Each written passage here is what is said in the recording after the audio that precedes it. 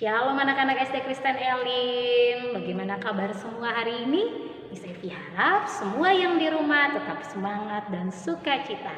Hari ini sebelum kita memulai aktivitas kita, mari kita sama-sama menaikkan satu pujian untuk mendengarkan renungan. Aku menyembah.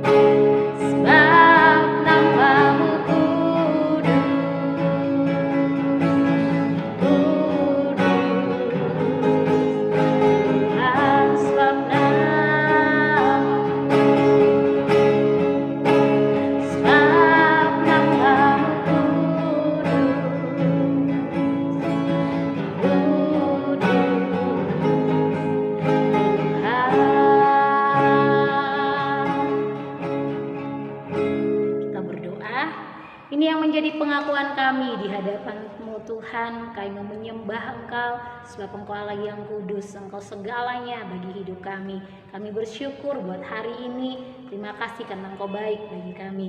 Sebelum kami memulai aktivitas kami mau sama-sama belajar firman-Mu. Roh Kudus tolong kami biar kami mengerti firman-Mu dengan baik dan kami semua bertumbuh di dalamnya. Hanya di dalam nama Tuhan Yesus kami berdoa. Haleluya. Amin. Anak-anak, kita buka sama-sama Alkitab kita dalam Matius pasal 16 ayat 1 sampai dengan ayatnya yang ke-12. Matius pasal 16 ayat pertama sampai 12. Kita baca bersama-sama. Orang Farisi dan Saduki meminta tanda. Kemudian datanglah orang-orang Farisi dan Saduki hendak mencobai Yesus. Mereka meminta supaya ia memperlihatkan suatu tanda dari surga kepada mereka. Tetapi jawab Yesus, pada petang hari karena langit merah kamu berkata hari akan cerah, dan pada pagi hari karena langit merah dan redup kamu berkata hari buruk. Rupa langit kamu tahu membedakannya, tetapi tanda-tanda saman tidak. Angkatan yang jahat dan tidak setia ini menuntut suatu tanda, tetapi kepada mereka tidak akan diberikan tanda selain tanda Nabi Yunus. Lalu Yesus meninggalkan mereka dan pergi. Tentang ragi orang Farisi dan Saduki. Pada waktu murid-murid Yesus menyeberang danau dan mereka lupa membawa roti, Yesus berkata kepada mereka, berjaga-jagalah dan waspadalah terhadap ragi orang Farisi dan Saduki. Maka mereka berpikir-pikir dan seorang berkata kepada yang lain, itu dikatakannya karena kita tidak membawa roti. Dan ketika Yesus mengetahui apa yang mereka perbincangkan, ia berkata, mengapa kamu memperbincangkan soal tidak ada roti, hai orang-orang yang kurang percaya? Belum juga kamu mengerti? Tidak kamu ingat lagi akan 5 roti untuk 5.000 orang itu dan berapa bakul roti kamu kumpulkan kemudian? Ataupun akan 7 roti untuk 4.000 orang itu dan berapa bakul kamu kumpulkan kemudian? Bagaimana mungkin kamu tidak mengerti bahwa bukan roti yang kumaksudkan? Aku berkata kepadamu, waspadalah terhadap ragi orang Farisi dan Saduki. Ketika itu barulah mereka mengerti bahwa bukan maksudnya supaya mereka waspada terhadap ragi roti, melainkan terhadap ajaran orang Farisi dan orang Saduki. Nah, demikian pembacaan firman Tuhan kita. Anak-anak, di dalam Matius pasal 16 di sini bercerita tentang orang Farisi dan orang Saduki. Sebenarnya orang Farisi dan orang Saduki itu di dalam zaman itu bermusuhan. Mengapa anak-anak?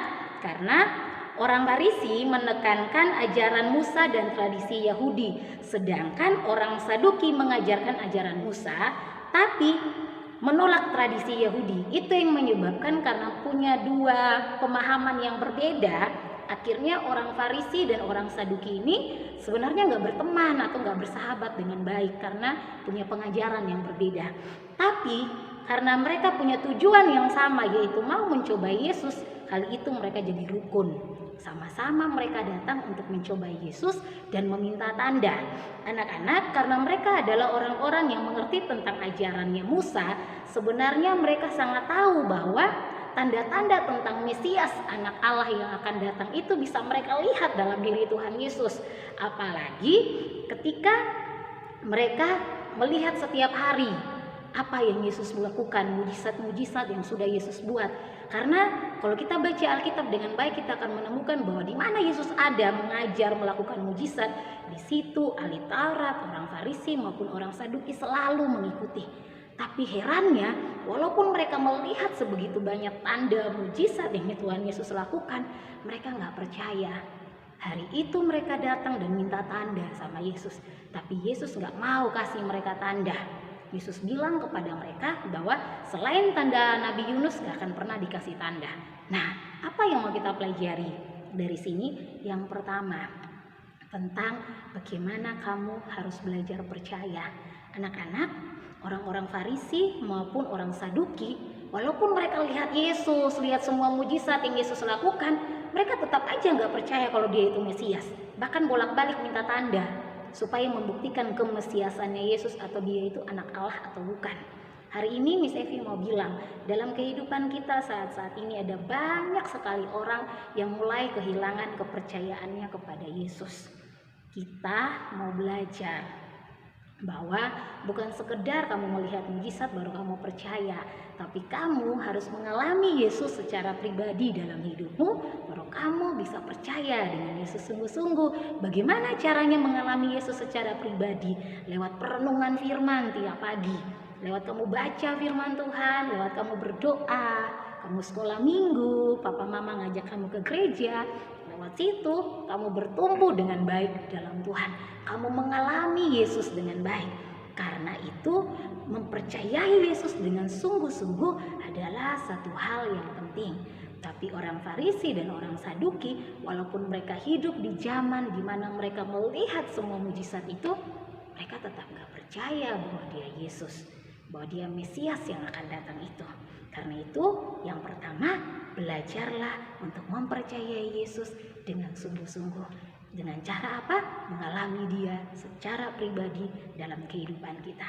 Yang kedua, di dalam ayatnya yang ke-5 sampai 12, di situ ada kisah tentang Yesus dan murid-murid bercakap-cakap tentang ragi orang Farisi dan ragi orang Saduki. Menurut para murid-murid, dalam pikiran mereka, oh mungkin Yesus pikir kalau kita nggak bawa roti, jadi Yesus bicara tentang raginya roti. Padahal maksudnya Yesus bukan itu. Makanya Yesus katakan sama murid-murid, apakah kamu gak pernah tahu, lihat apa yang sudah aku lakukan? 5 roti, sisanya 12 bakul, lalu 7 roti, sisanya bisa dimakan oleh begitu banyak orang. Bahkan banyak sekali mujizat yang Tuhan Yesus lakukan. Kenapa mesti membahas soal makanan? Baru para murid sadar maksudnya Tuhan Yesus, yaitu ragi berbicara tentang pengajaran. Anak-anak, zaman ini banyak sekali pengajaran yang gak sesuai dengan firman Tuhan. Ada banyak sekali pengajaran sesat yang membawa kita akhirnya jauh dari Tuhan.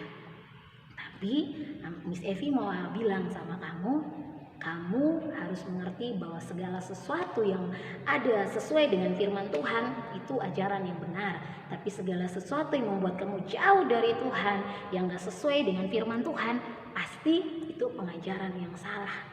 Dan sekarang ini banyak sekali orang menyesatkan dengan pengajaran yang salah. Bagaimana cara kita bisa membedakan, Miss Evi? Kamu harus sungguh-sungguh bertumbuh di dalam Tuhan lewat firman Tuhan. Dengan begitu kamu bisa mengerti apakah ini pengajaran yang benar atau ini sesuatu yang salah.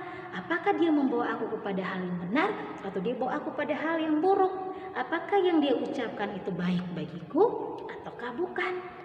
Karena itu pentingnya kamu mengerti firman Tuhan dengan baik.